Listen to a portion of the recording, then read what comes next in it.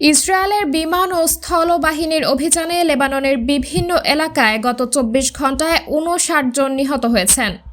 হামলায় আহত হয়েছেন আরও ১১২ জন। লেবাননের স্বাস্থ্য মন্ত্রণালয় গতকাল শুক্রবার এক বিবৃতিতে তথ্য জানিয়েছে।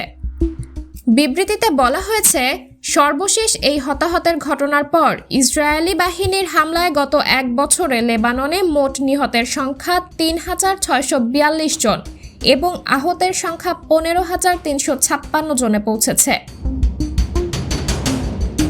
এদিকে সংবাদ মাধ্যম আল জাজিরার এক প্রতিবেদনে জানিয়েছে, ইসরায়েলি হামলায় লেবাননে ২২৬ জন স্বাস্থ্যকর্মী নিহত হয়েছেন।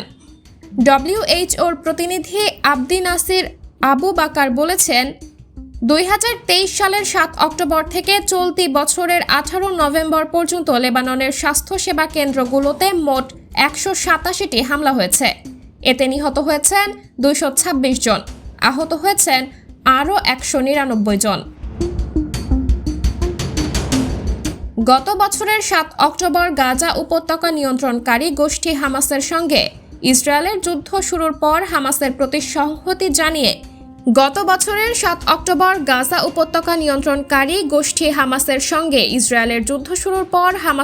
সংহতি জানিয়ে ইসরায়েলের উত্তরাঞ্চলে রকেট ও ক্ষেপণাস্ত্র ছোড়া শুরু করে হিজবুল্লাহ। পাল্টা জবাব দেওয়া শুরু করে ইসরায়েলও। প্রায় এক বছর ধরে সীমান্তে সংঘাত চলার পর গত ২০ সেপ্টেম্বর থেকে লেবাননে অভিযান শুরু করে ইসরায়েলের বিমান বাহিনী। সেই অভিযান শুরুর ১০ দিনের মধ্যে নিহত হন হিজবুল্লাহর প্রধান নেতা ও সেক্রেটারি জেনারেল হাসান নাসরুল্লাহ সহ বেশ কয়েকজন শীর্ষ কমান্ডার। এতে গোষ্ঠীটির চেইন অব কমান্ডের সর্বোচ্চ স্তর প্রায় ভেঙে পড়েছে।